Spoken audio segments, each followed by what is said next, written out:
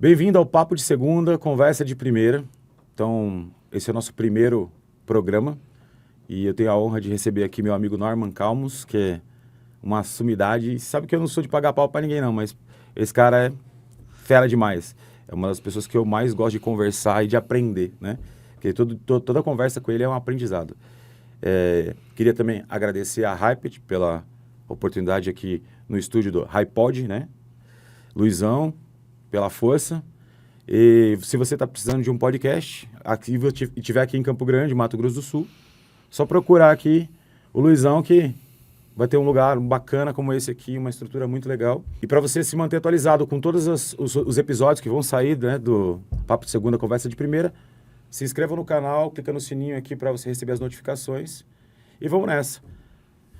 E aí, Norman, muito obrigado por... Cara, eu que agradeço. Imagina, inaugurar assim esse projeto, pô, isso aqui é orgulho, hein? Tá louco. Aí, ó, e ter você aqui, para mim, no meu primeiro programa, assim, tá sendo muito bacana. Então, assim, para quem não conhece Norman Calmos, fala um pouquinho de você, porque se o pessoal olha lá no seu LinkedIn lá, vai ver um monte de coisas, assim, tipo, mas assim, de uma forma muito genérica, assim, tipo, né? Abrangente, isso. É o PhD de agulha bomba atômica. Então, assim... Não, aí é que tá. Eu sou muito pouco PhD, né?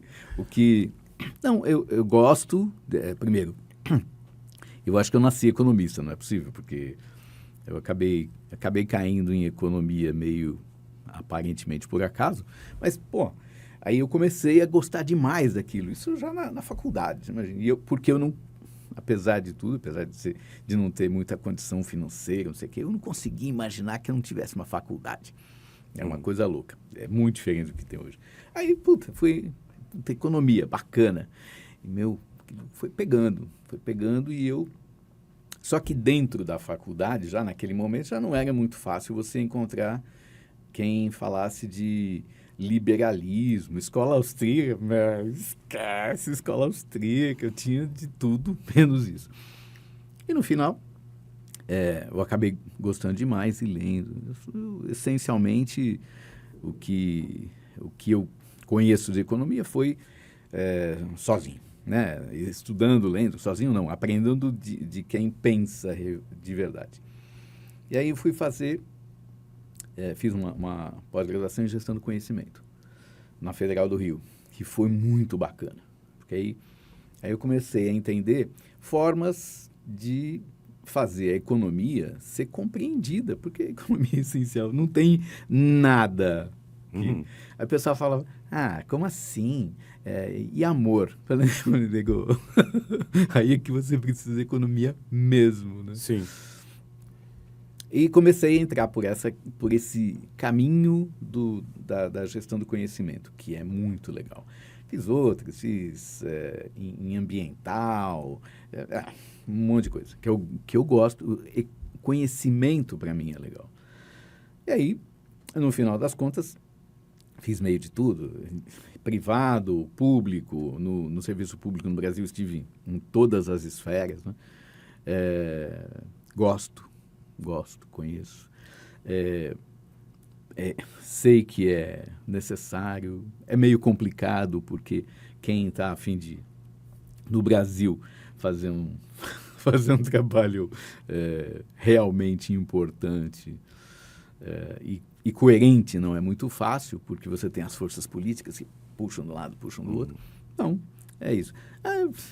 O que aconteceu? Passei 20 anos da minha vida fazendo comércio exterior. Então, tenho uma experiência grande nisso. Agora, internet é uma maravilha, porque você pode falar umas coisas assim esquisitas e meu LinkedIn tem alguns milhares de seguidores. Por quê? Não interessa onde o cara esteja. Então, eu tenho gente do mundo inteiro e a gente conversa, e a gente faz coisas, faz negócios estamos realmente conversando com gente que está afim de fazer algum trabalho mais legal, mais profundo, discutir e melhorar. Não interessa onde esteja, entendeu? Sim. Não tem esse negócio de limite, de fronteiras, não existe mais. Uma coisa assim que eu sempre vi em você assim é aquela questão assim de eu quero fazer um negócio, mas que esse negócio ele gere uma transformação, Sim. seja local, seja nas pessoas, Sim. seja econômico, social ou político ou principalmente social, né, nas pessoas.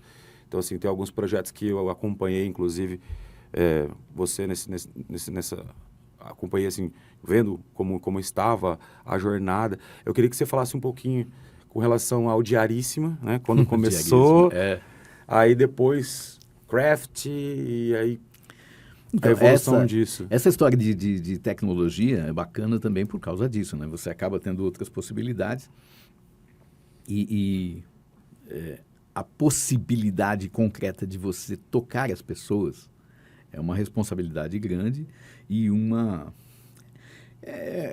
função que você exerce. E tocar as pessoas, você não precisa necessariamente estar com aquela história de dar a mão para que a pessoa... Nada disso. Você simplesmente oferece as ferramentas, a pessoa usa. Então, o Diaríssima, que foi muito bacana, o que aconteceu? A partir de uma conversa com o Reinaldo me liga, ele estava em Curitiba, com o Mariano, e me ligou. Cara, o que você acha de um aplicativo para juntar, para que as prestadoras de serviço encontrem seus contratantes? Falei, cara, tá pronto. E realmente estava, porque na época a gente estava discutindo, eu tinha discutido e estudado a legislação brasileira que estava mudando naquele momento e que obrigava os patrões a contratarem pela CLT, assinar a carteira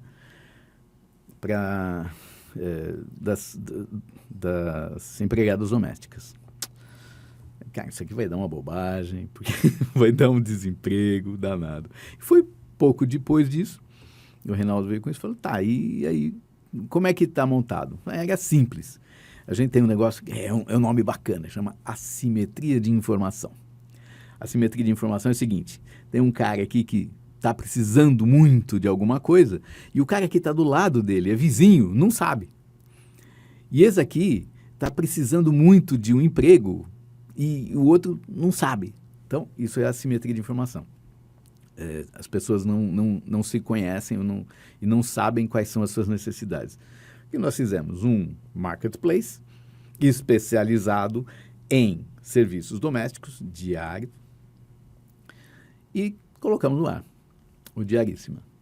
O Mariano, que também estava na discussão inicial, não sei o que, era sócio, não sei, e muito conhecido, aí o negócio começou a explodir.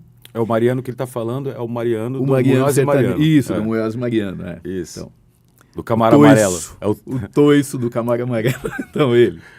Aí, bacana, nós começamos esse negócio. O que a gente não sabia, claro, a gente torcia para que isso acontecesse, mas era assim, era ver as pessoas dando os seus depoimentos.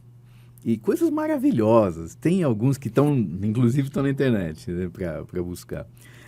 Tem depoimentos de uma senhora que é analfabeta e ela só trabalhava pelo Diaríssima. E ela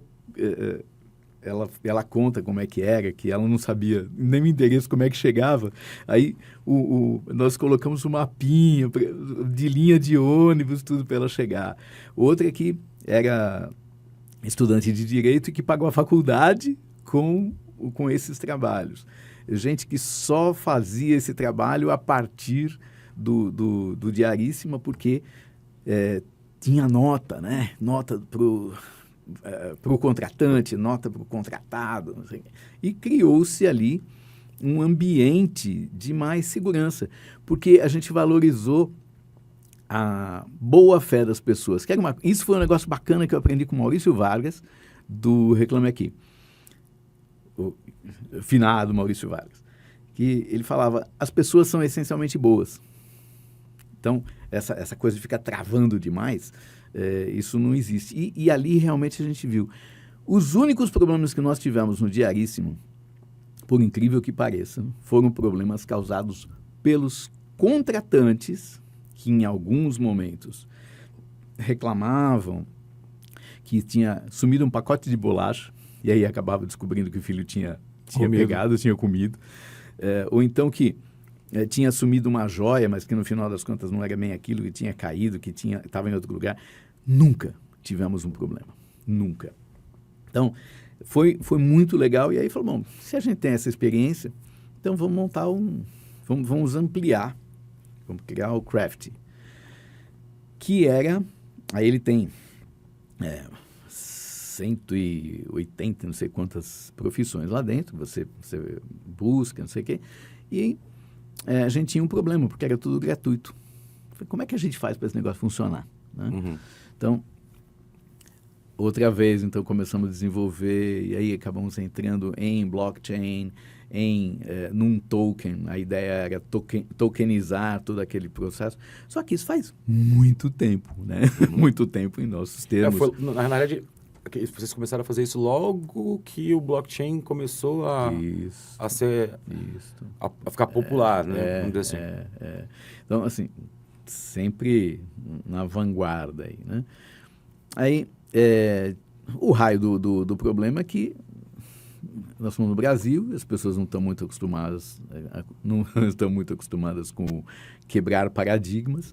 Então, isso acabou sendo, de alguma forma, adotado por estados, né? Essa estrutura foi adotada por estados. Porque os estados viram nessa possibilidade uma forma de aproximar os polos, aproximar as empresas dos trabalhadores. Com isso, apareceu uma outra ideia. Opa, beleza. Se eu estou com o Estado nessa história, os governos estaduais, se estão os governos estaduais, o que a gente faz? Sacanagem ficar só nisso, só fazendo esse marketplace. Então, nós queremos um outro marketplace dentro desse marketplace, que era a capacitação. Por quê? Porque as empresas queriam contratar, mas as empresas não conseguiam contratar porque muitas vezes elas tinham... Os candidatos eram deficientes. Né? Aí, essas deficiências de qualificação, falaram, como é que a gente faz? Então, as empresas começaram a dizer, olha, eu quero isso, eu quero que tenha... preciso de alguém com uma capacitação aqui em torcer o fio cor-de-rosa. Uhum. Tá? E aí, como é que a gente faz? Quem é que faz isso? E começamos a ter gente de capacitação junto, fazer esse meio de campo. Então, mais uma coisa. Olha, e foram muitas, claro, muita coisa deu errado. A gente queria fazer um seguro e as seguradoras no Brasil não entenderam nada, nos enrolaram o que iam fazer e carta de intenção. Aconteceu de tudo. Para não ficar achando que, não, é uma história bonitinha, tudo. Uhum. Não. É porque toda a história normalmente começa a contar assim, eu era um bêbado que via drogado, né? Eu estou curado, encontrei Jesus. Não, eu não era. Continuo sendo vegetariano, quase não bebo, não fumo. E realmente, esse é o único defeito dele, ser vegetariano, tá? Não é o único, eu tenho muitos outros. Então isso acabou tomando forma. Hoje, muito provavelmente vamos pular a fronteira, né? Vamos sair do Brasil. Sair não, nós vamos incorporar outros países que já demonstraram interesse. A gente está tratando agora da adaptação, porque mesmo no Brasil a gente tem problemas muito sérios, né? Você imagina o seguinte, aqui, ou em São Paulo, de onde eu venho, você procura um funileiro. Jamais vai pensar num lanterneiro, que é o que tem no Rio e que tem aqui também. Aqui tem os dois, né? Tem funileiro e lanterneiro. E tem o martelinho de ouro. E tem martelinho de ouro. Uhum. Né? Aqui tem secretária do lar, não sei, em São Paulo. Não tem. Desculpa. Não, são nomes... É empregado. Eu falo assim, porque eu também venho da área da internet, né? Tipo, se pegar lá desde o começo, lá de 2000 para cá, profissões só mudaram de nome e, tipo assim, o que você fazia gourmetizaram. Gourmetizaram, né? Fazia aqui o raio gourmetizador, e o que um cara fazia em 2000 e 2, 3, hoje tem 6 fazendo com nomes diferentes. A mesma coisa, de certa forma. Então, assim, aí veio a arquitetura de informação. Aí depois o UX, o U. Aí vai... Porque o UX, ai gente, para, isso é muita história pra minha cabeça. Eu já tenho mais de 60. E não, assim, não desmerecendo, é claro, eu sou a favor dessa questão da especialização. O cara focar e ele ir no micro e ser o cara daquilo ali, entendeu? Eu acho muito bacana. Apesar de que eu não consigo ficar ali. Porque acho que tanto você quanto eu, a gente tem essa pegada de não ficar dentro de caixa, né? Então, eu não vou ficar dentro do micro ali, eu vou querer ver o que está acontecendo fora. Sim. Então... Não, até porque você que perde, quando você fica muito no micro, você perde o entorno, você perde as oportunidades do entorno. Sim. Né? A minha briga, em alguns sentidos, é exatamente essa. Então, você me falou que eu sou especialista. Não, cara, eu não sou, não. Eu sou generalista. Porque esse negócio de saber mais e cada vez menos... não é? Pode ser generalista, né? Só não pode ficar falando esse negócio de ser general. Porque não. Se todo mundo for general, quem que vai ser soldado? Quem que vai pra frente? Não, né? Meu pai falava um negócio muito legal, que era assim... Falava assim, filho, tem gente que nasceu para pilotar. E tem gente que nasceu para puxar carroça. E tudo bem. Um precisa do outro. Não tem demérito nenhum entre uma coisa e outra. Meu pai falava que não interessava onde você estivesse, naquela época, né? Assim, não interessava onde você estivesse, qual fosse o regime político. Você sempre ia precisar de um sapateiro e de um barbeiro. Né? Hoje, pelo jeito, a gente não precisa muito de barbeiro nem de sapateiro, mas assim, ele está meio desatualizado. Mas eles falavam muito nisso. Meu pai falava assim, tipo, quer investir em negócio, quer pensar... Ele falava assim, era saúde, sim, que né, todo mundo vai precisar, tipo, seja farmácia. Tanto que Campo Grande, mesmo aqui em Mato Grosso do Sul, se você tiver a oportunidade de conhecer, você vai ver a cidade que mais tem sushi e farmácia no Brasil. Então, deve ser, será que é correlacionado isso? E o único no mundo que tem sobaria. Eu digo assim, será que está correlacionado o sushi com a farmácia? Não, acho que não. Então, assim, essa coisa assim, tu era a alimentação, né? Saúde, educação e funerária. Porque é aquela coisa, todo mundo nasce, tem que comer, tem que cuidar da saúde, tem que estudar e um dia vai morrer. Sim. Você vê como é legal, né, isso. Durante a pandemia, eu estudei muito durante a pandemia, porque eu não só gosto de ficar em casa e de estudar. Então você é da galera do Fica em Casa lá? Pois é, tô brincando. Eu sei, né? E aí, na época, o pessoal fica, não, aquela história do fica em casa, não sei o quê. Eu comecei a estudar a respeito e fui chamado a desenvolver um trabalho bem interessante a respeito. E eu demonstrei que era uma bobagem ficar em casa, mas além disso, toda aquela história, toda aquela pantomima foi pantomima. E efetivamente não resolveu nada. Mas, assim, o legal da situação foi ver como o mercado se adaptou. Eu achava lindo aquilo. Então, o pessoal, em volta ali de casa, ninguém fazia entrega a domicílio. A gente ligava e falou, vocês não fazem entrega? Não fazemos. 2 semanas depois, estava todo mundo fazendo. Sim. Foi muito bacana. Essa história... Adaptação, né? A adaptação foi lindo. Teve muita gente que cresceu nesse ramo, em alimentação. Você fala, e a própria educação também cresceu muito, porque o digital, assim, principalmente, né? Porque todo mundo em casa bombou de vender curso, um monte de coisa, né? Não, curso de absolutamente tudo, né? Eu vi muita gente indo para uma área mais de meditação para conseguir se equilibrar. Claro que teve gente que... os problemas dentro de casa também cresceram. Mas o que é legal? Poder olhar isso tudo e falar, aqui tem alguma coisa legal para fazer. Aqui tem alguma coisa que vale a pena ser feita para melhorar a vida das pessoas. Sim. Não ficamos só no craft. Tem muitos outros trabalhos que a gente faz. E sempre tem economia por trás, né? Uhum. E sempre tem a tentativa de oferecer ferramentas para que as pessoas não fiquem dependendo de governos, porque isso é terrível. O brasileiro, e aí eu falo que é brasileiro mesmo, brasileiro. Não é só brasileiro, mas o brasileiro depende do governo. Então, no Chile, primeiro que as propriedades não são privadas, a maior parte das propriedades é do governo.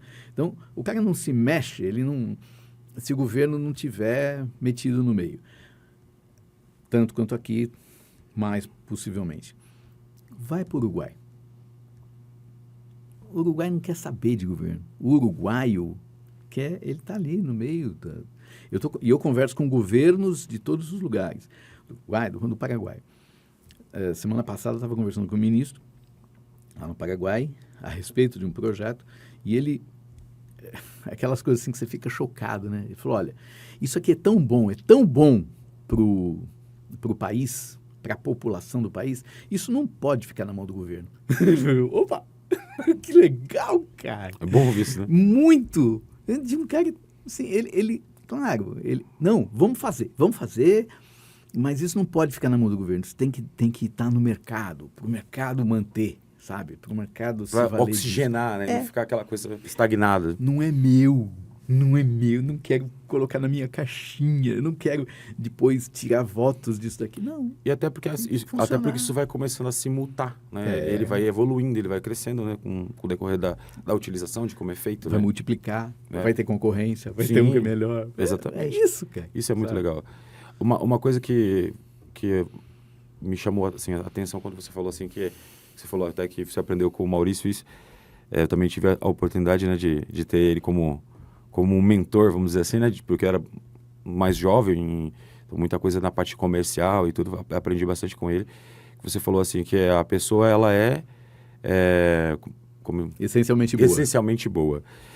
Isso me fez lembrar, sabe de quem também? Do Tomás. Sim. Da Esfirra. Sim. Eram, assim, aqui em Campo Grande, para quem não é daqui... para quem não é. Só para contextualizar, tem que explicar. Tomás Tomás da Esfirra, né? Tipo, ele tinha uma loja, né? De comida, né? Que é comida árabe, assim, né? E a esfirra dele ficou muito famosa. E, assim, o comércio todo foi mudando, aceitando cartão, Pix, não sei o quê. E lá, com ele, era só no dinheiro. Sempre ficou por muito tempo. Ele persistiu e conseguiu, né? Segurar isso. E detalhe, não existia comanda. Você ia lá, pegava o seu salgado, comia quantas esfirras fosse. Continua sendo assim. Aí você vai no caixa e fala, comi tantas. Quantas foram? Tantas. E assim, ele nunca quebrou por causa disso. Aí eu tive a curiosidade uma vez de perguntar para ele. Ele faleceu, né? Há pouco tempo também. O pai, sim. O pai, né? Agora tá o filho. O Zé continua, amigo sim, meu também. Sim. Harleiro ainda, inclusive. Harleiro. Uma coisa assim, que ele falava assim que a maioria fazia o certo. Sim.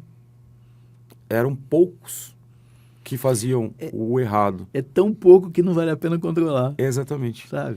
Então, assim, eu achava isso de um altruísmo muito grande, assim, sabe?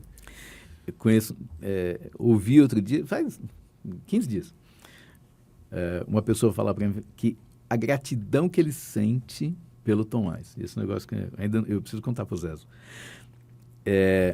que ele chegou lá e ele não tinha dinheiro. Não tinha dinheiro para comer. E chegou lá e pegou, e falou para ele, falou, não tenho dinheiro para comer. Ele falou, pega aí. Não, mas depois eu venho aqui pagar. Eu venho aqui te pagar, porque eu vou receber, não sei o que e tal. Foi lá, pegou 2 esfirras, comeu as... Comeu, ainda falou para pegar mais, uma coisa assim. E ele... e voltou lá para pagar depois. Né? Falou, não, que é isso? Não, você que... Aquilo foi convite. Eu que quis te convidar para fazer. Eu quero, sabe? E nunca mais. Ele estava com fome, cara, sabe? Você imagina a satisfação. Ele podia ter feito um monte de coisa, um monte de tramóia. Não fez, manteve. Ele não é o único, né? Tem muita gente assim, mas essencialmente as pessoas essencialmente as pessoas são boas. E o que é chato dessa história é você perceber que tem alguma coisa na essência do brasileiro que está se perdendo por causa do intervencionismo.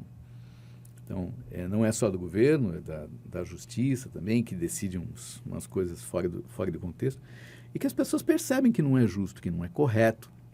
Então, tem algumas camadas que continuam ou que passam a defender aquela ideia do ser esperto, né? Que é um negócio de muito antes. É o jeitinho antigo. Brasileiro. Isso Sabe? aí é complicado. E aí, hoje tem muita gente que fala, não dá para ser assim, não dá para...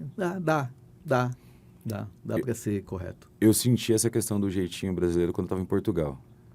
Aí eu estava no elevador descendo para ir trabalhar, isso em Lisboa. Aí eu estava, mais especificamente, estava em Rio de Mouro, que é na linha de Sintra, né? Aí uma senhorinha estava junto no elevador comigo. Ela olhou, vejo que és um gajo de bem. Se conselho fosse bom, não era dado, era vendido. Mas mesmo assim, vou lhe dizer. Não se misture aos brasileiros, aos pretos e aos ciganos. Ela mandou. Aí eu sou brasileiro, né?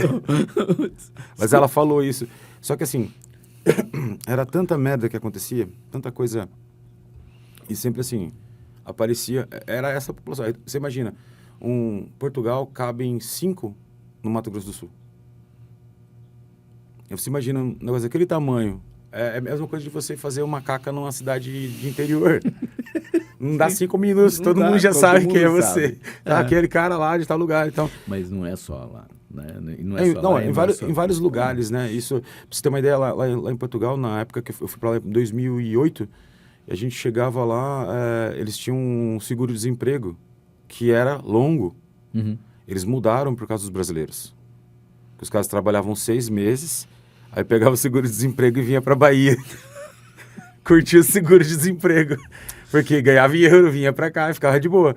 E aí eles começaram a cortar esse benefício e fazer com que a pessoa tivesse que se qualificar. E, é claro, eram geradas oportunidades e ela tinha que comprovar que ela estava fazendo os treinamentos, que ela estava indo para entrevistas, né? E aqui você vê. E assim, o que me incomoda nisso é que acaba virando normal, né?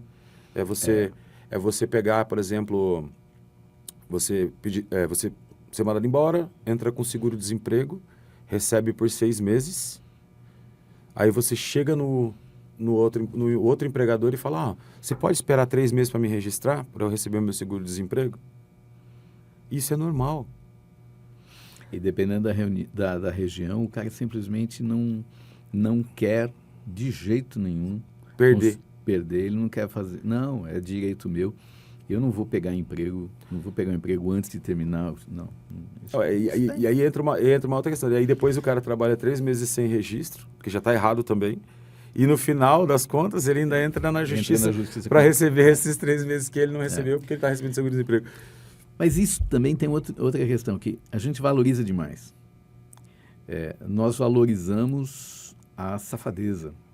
Valorizamos no sentido de falar muito a respeito disso. Uhum. Dar publicidade a isso. Sim. E a gente não dá publicidade para as pessoas que são essencialmente boas, que fazem as coisas essencialmente corretas a despeito de qualquer outra coisa. Sim. Sabe?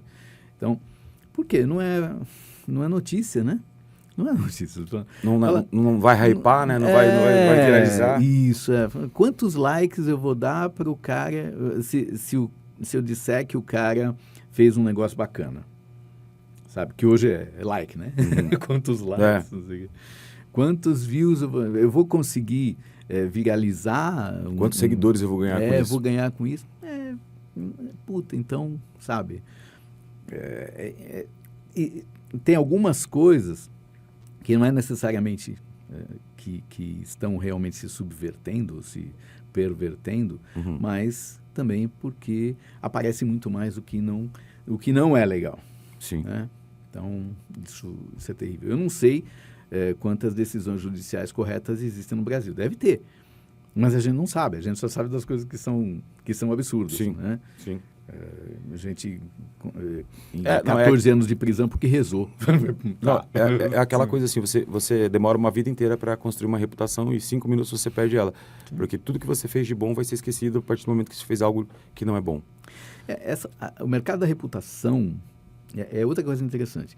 A gente vê, eu estava falando a respeito de Uruguai e Paraguai, por quê? Porque são mercados em que as pessoas que são mais liberais. Tem mais liberais no sentido mais tradicional, né? São liberais. Não, o Uruguai é o país menos religioso da América. Eles não têm absolutamente nada contra nenhuma religião. Está tudo certo ali, não tem problema nenhum. Né? Então, você vê que nestes países a reputação é absurdamente importante. Então, um contador no Uruguai tem uma importância absurda. Dependendo do seu contador, você consegue acessar determinados bancos, porque aquele contador é um cara reconhecido. Você tem, sabe, esse tipo de coisa é muito diferente daqui. Nós estamos acostumados a minimizar um pouco isso. O contador bom aqui é aquele que dá um jeito, que resolve. É o que resolve tudo e faz eu pagar menos. Que faz pagar menos. Não, lá o cara, o contador bom é aquele que faz tudo de acordo realmente com o regulamento e que não vai te deixar, não vai criar um problema. E ele sabe que ele precisa fazer aquilo, porque se o cliente dele tiver um problema, ele é responsabilizado. Você percebe como muda tudo? Uhum. É muito legal isso, sabe? Então, não é que está perdido, não. É só uma questão de buscar... Foi uma das coisas assim que eu estranhei também bastante quando eu fui para fora, no caso de Portugal, que eu posso dizer que eu fico mais tempo, né? Então, assim, o pessoal lá não tem igual aqui. Inclusive, até uma vez eu fui fazer uma consultoria no UOL, eu tinha feito workshop, né, com o Tim Ash, que é o papa da otimização de landing pages, né, parte de conversão. Aí ele me convidou para fazer a consultoria junto com ele. E aí a gente divergiu em um ponto só. Porque como eu estudei ele, né, então é óbvio que eu ia bater muito. A cartilha era dele. Então, assim, a única coisa que a gente divergiu foi no valor. Porque ele falou que tinha que ter o preço à vista.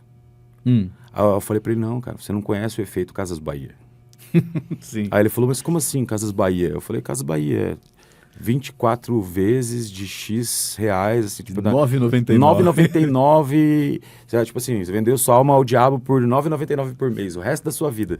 Então, assim, mas o cara acha isso, assim, e de certa forma, isso movimentou. Você abriu um crediário na Casa Bahia com conta de luz. Sim. Então, assim, e facilitou, teve o seu papel importante na nossa economia. Eu acredito nisso. E para eles, não. Então, assim, quando eu chegar lá em Portugal, você passa no crédito. Quantas vezes? Não existe isso. Não. É crédito por vencimento. Sim. Ou no débito, né? Então, assim, porque eles morrem de medo de tipo, dever. Sim. Porque lá, realmente, a coisa funciona nesse aspecto. Então, vai a tribunal, os caras vão na sua casa, vão limpar a sua casa para pegar tudo que tem de valor para pagar a dívida. E, quiçá, se você não tiver, ainda você vai trabalhar para a junta de freguesia mais próxima para poder pagar a sua dívida. Eu trabalhei 3 anos na Bolívia. E era muito engraçado, porque o pessoal falou, não, Bolívia, que não sei o que. Falando, é o seguinte, quantos impostos tem no Brasil? Sei lá, falando, na Bolívia tem 7. Isso na época que a Bolívia era diferente, né? Uhum. Na Bolívia tem 7. Não, mas lá não não dá para confiar. Falando, sério, você já teve algum cheque sem fundo? Você já viu? Porque antigamente a gente usava cheque. Né? Sim. O pessoal pode até não saber o que é isso. Nem sabe o que é isso. Nem sabe o que é isso. Cheque sem fundo? Cheque sem fundo. Então, cara, na Bolívia você ia preso por causa de um cheque sem fundo. Ia preso. Não era brincadeira, não. Teve uma demanda... eu trabalhava na Bolívia, mas era para a USAID, né, para o governo dos Estados Unidos lá na Bolívia. O presidente dessa organização lá na Bolívia teve o passaporte retido porque teve um funcionário que entrou com uma ação trabalhista contra a empresa. Ele ficou preso, perdeu o passaporte, não podia. Não podia sair do país. Cidadão americano, não podia sair do país. Mas não, vem cá, porque enquanto não resolver esse negócio, você não vai sair. E assim, é claro que não era... Não sei como é que está agora, faz muito tempo que eu não vejo Bolívia, mas assim, deve ter mudado significativamente. Mas assim, as coisas eram tomadas a sério, sabe? Coisa que nós... que eu me lembro, nós nunca tivemos, sabe? Uhum. Então, isso gera reflexos no cidadão? Claro que sim. Mas, na essência, nós continuamos sendo gente de bem. Sim. Sabe? A gente tem que começar a olhar mais pelas coisas boas, né? Sim. Às vezes eu me ferro por causa disso também, de sempre olhar as coisas boas, Quem não nunca? ver só as coisas Quem ruins. nunca? Você tem que ter os dois lados. Não pode também ficar cego e olhar, não, pô, todo mundo é bom e se ferrar, todas as vezes. Acho que você tem que também ter uma noção, como diz o Kirli, amigo meu, você sempre tem que ter um plano de contingência. Um A, um B e um C, que é mais radical. Então, assim, ele inclusive, ele vai também vir para uma entrevista aqui em breve, assim, vai ser bem legal também. Vai ter muita gente bacana, assim, vindo para cá, assim, como você. E, pô, para mim tá sendo um... E como você não foi no sentido da sacanagem, não, né? Mas, assim, para mim tá sendo uma honra estar aqui contigo, assim, sabe o carinho que eu tenho por você e pela nossa trajetória. Agora eu queria te perguntar uma coisa. Como é que tá essa história da rota bioceânica? Eu sei que você tá dentro desse negócio aí. Sério que você vai... Sério mesmo? Claro. Isso é muito importante. É uma Pra coisa... quem? Eu acho que pro nosso estado, principalmente, aqui... Olha, é assim, a rota bioceânica, primeiro que é um negócio que... Esse é um projeto... Tá, eu estou bem dentro. Uhum. Tá? Estou bem dentro. Esse é um projeto muito antigo. Eu estou aqui no estado há mais de 30 anos e quando eu cheguei já existia essa discussão. Na época que eu trabalhei na Bolívia, a minha defesa era de uma rota que passasse pela Bolívia, né? Então, Corumbá, Santa Cruz, e aí de lá para... enquanto isso, tinha muita gente que, não, tem que fazer por Porto Murtinho. A ideia em si, não, pô, bacana, né? Uhum. Bioceânica é uma bobagem, porque a gente não está falando de nada sair de Santos para chegar no Pacífico, como acontece no Panamá, que é outra situação. E é até mais curtinho, não tem? Tem 80 quilômetros. O canal do Panamá tem 80 quilômetros. Sim. Eu conheço aquele negócio, sabe? Mas aqui não. Então é o seguinte, tá bom. Começou.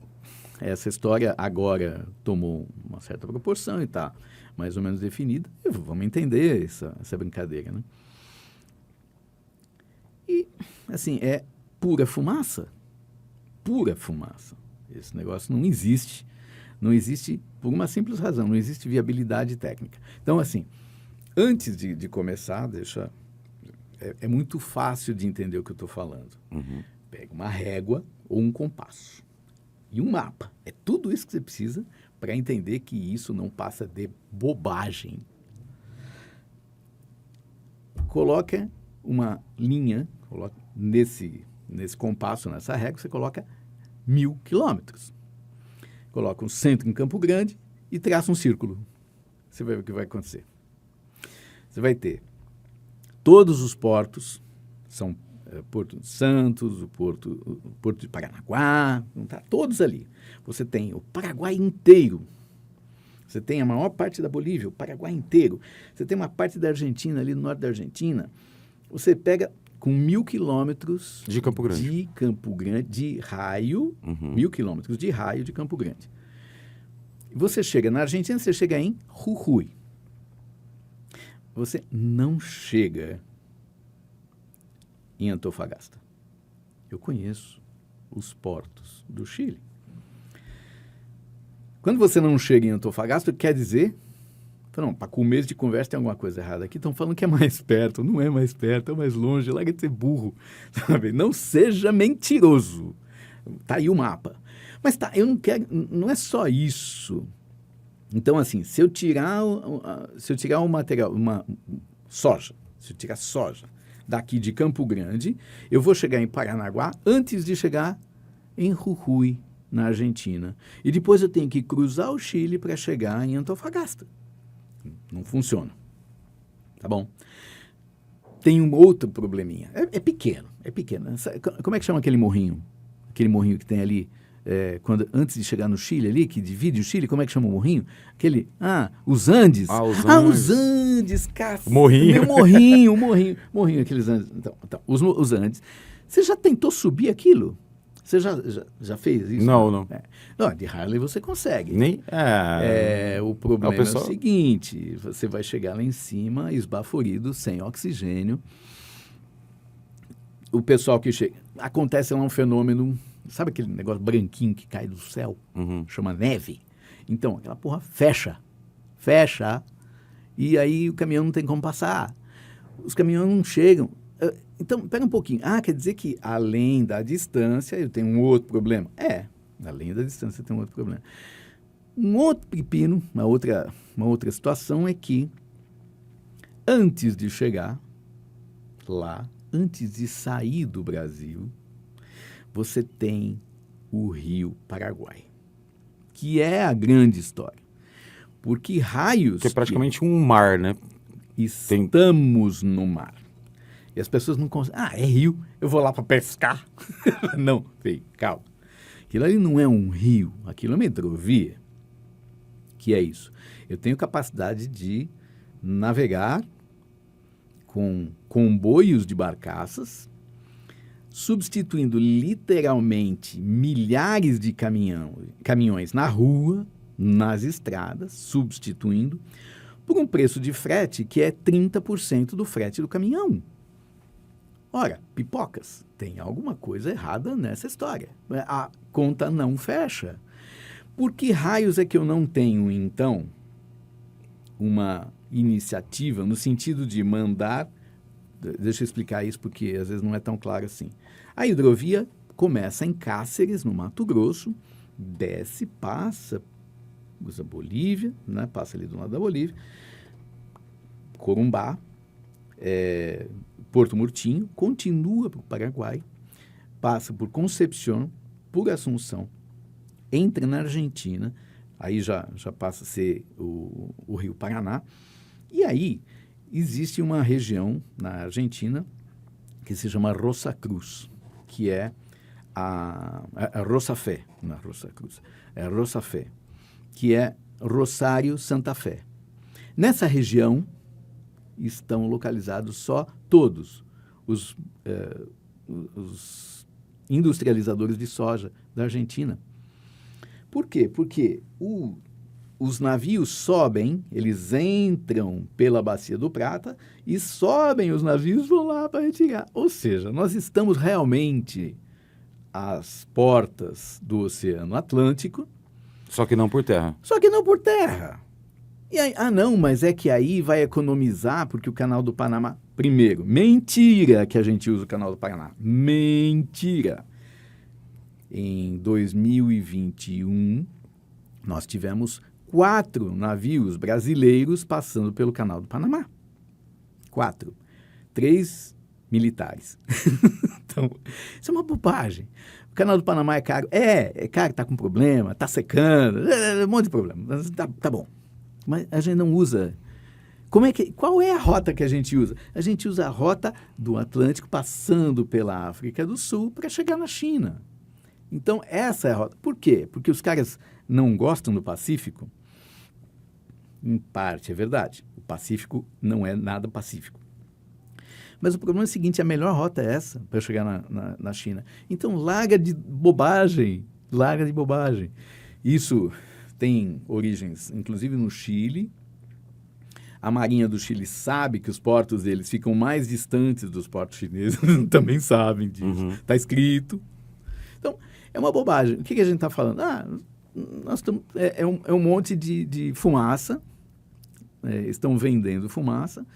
Tem gente que está acreditando que está investindo, inclusive. O pessoal tem investimentos lá em Porto Murtinho. E que eu lamento muito. Vai funcionar no dia em que a hidrovia começar a funcionar.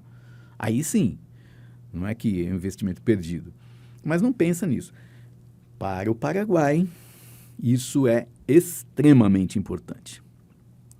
Aquela rota especificamente, porque é naquele trecho do Chaco paraguaio em que tem mais deficiência de Estado no Paraguai. É lá que estão os terroristas, tem terroristas no Paraguai, eles ficam naquela região. É também a região de maior produção, onde estão os menonitas. Sim, aí o que os caras querem? Eles querem mandar para o Rio, acabou. Então, essa estrada vai ser muito boa para o Paraguai.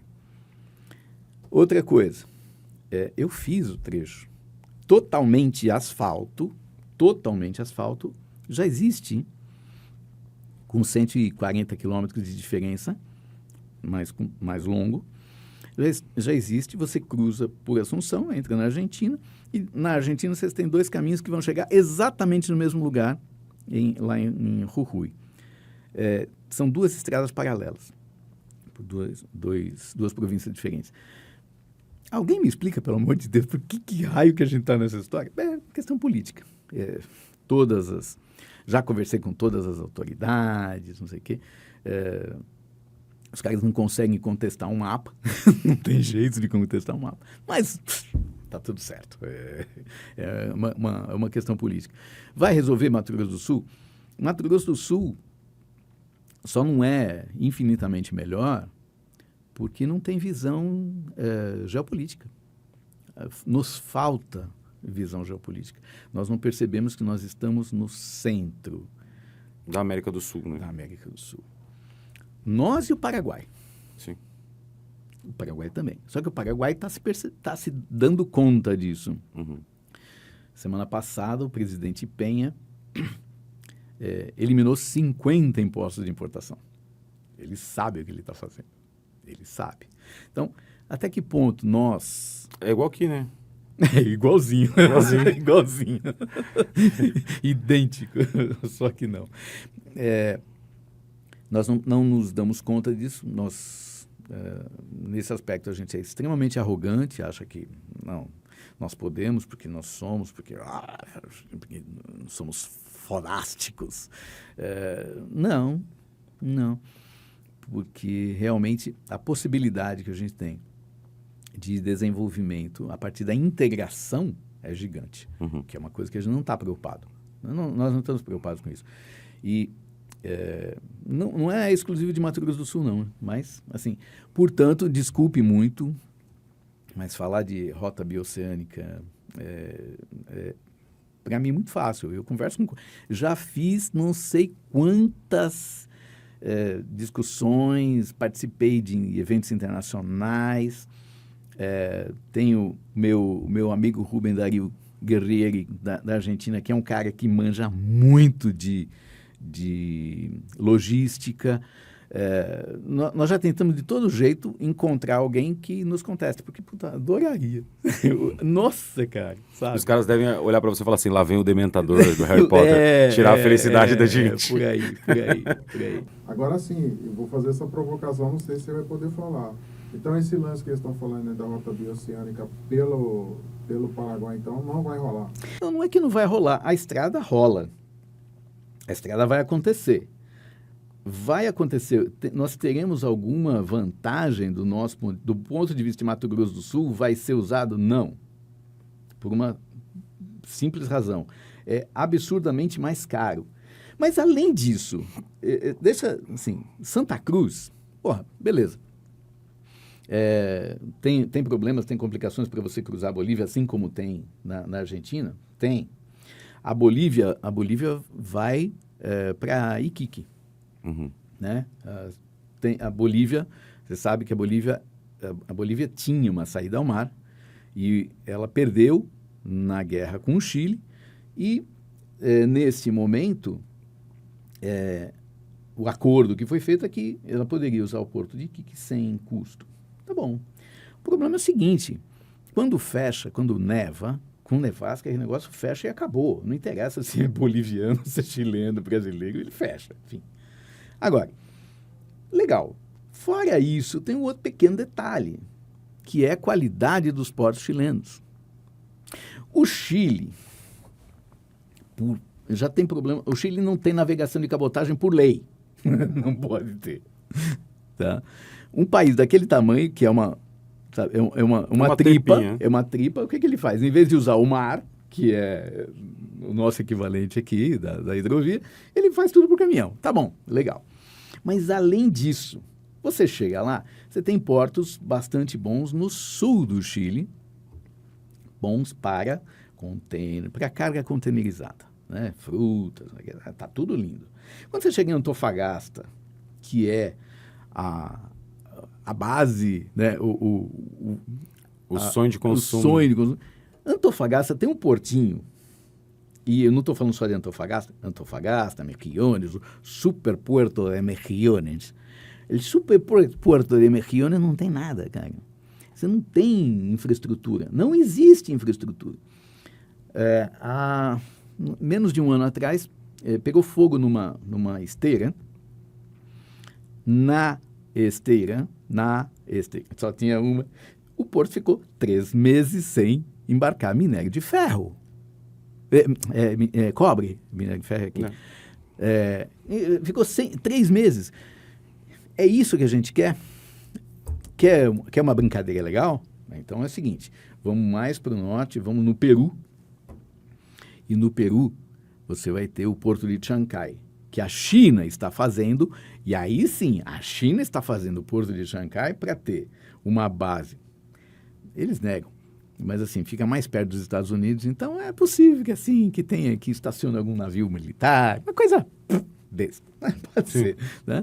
Mas daí de lá, eles deixam de mandar os navios para Manzanillo, no México, e passam a mandar para o Peru, e de lá eles fazem um porto hub, que vai, aí sim, ele vai concentrar a carga e vai mandar para a China. Mas nesse caso só. E para nós, vale a pena isso? Lógico que não, não faz o menor sentido. Então, essa é outra questão. Sim.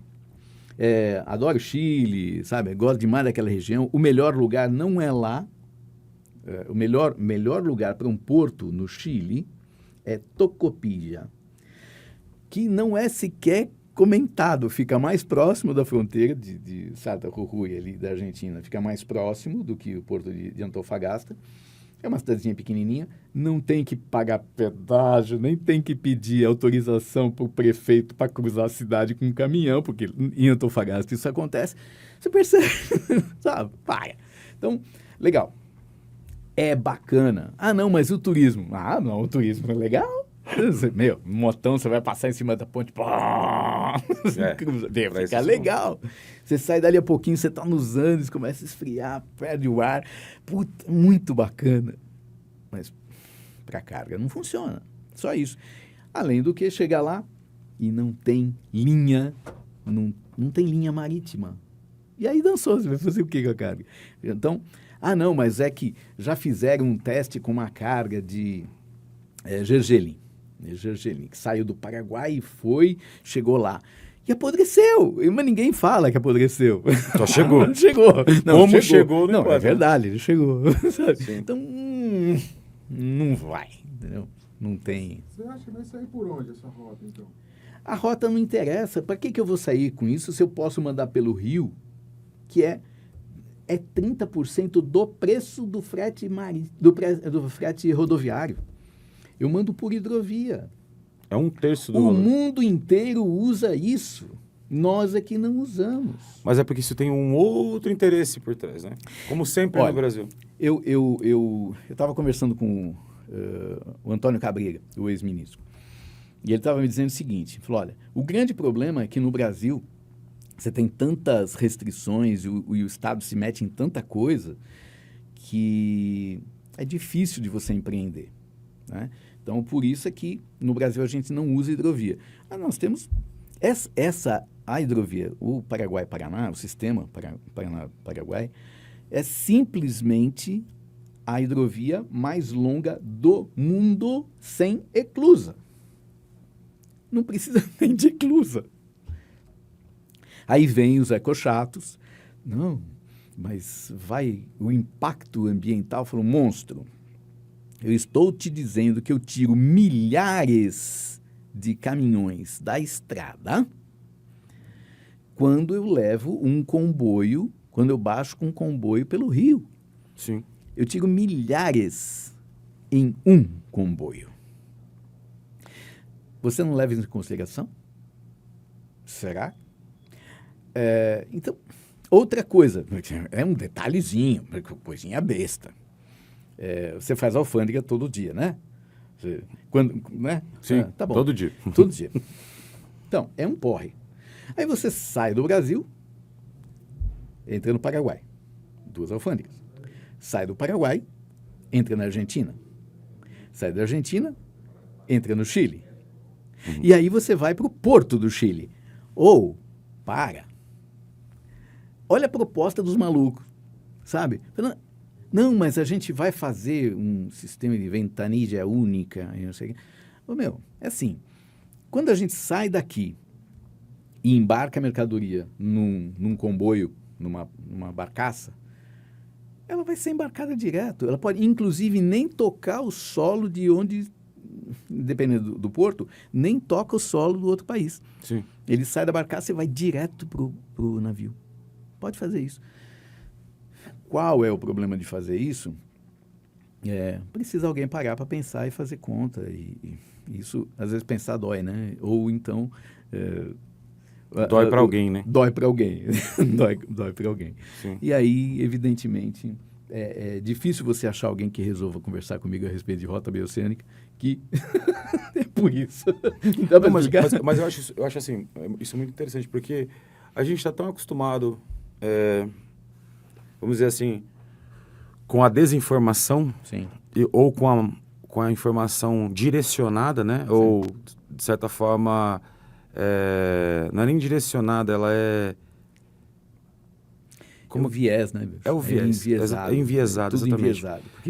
Para mim, interessa a informação levar é seletiva, né? Então, assim, ela tem uma curadoria.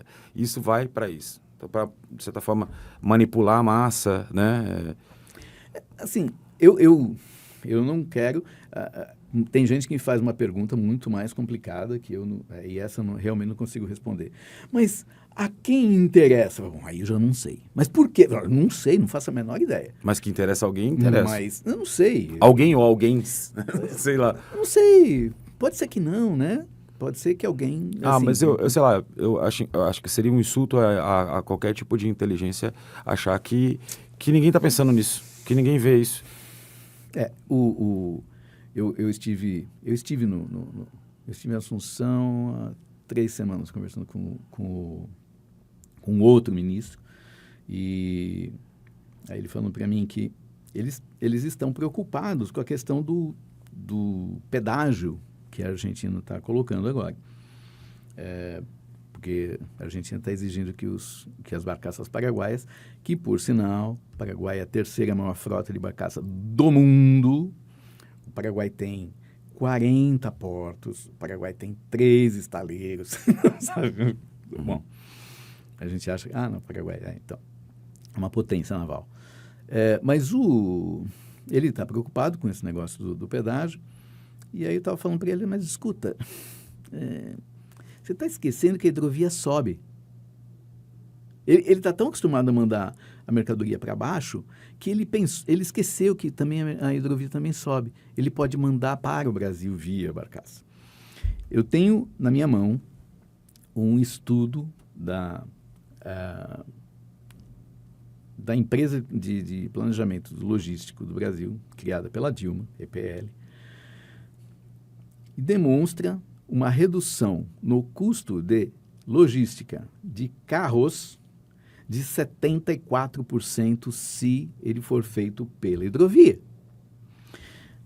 Detalhe, o Brasil é o maior cliente de carros da Argentina e a Argentina é o maior cliente de carros e peças do Brasil. Outro pequeno detalhe, quase todas as montadoras argentinas ficam na beira do rio. Olha que coisa maravilhosa. À toa que eles colocaram lá. E aí eles vendem de caminhão. E vende caminhão. Eles colocam os carrinhos em cima. E vende caminhão agora. Uhum. Teve uma época que a Ford, quando a gente tinha a Ford aqui no Brasil. Você pode não acreditar, mas tinha Ford no Brasil. Sim. Ficava lá em Salvador.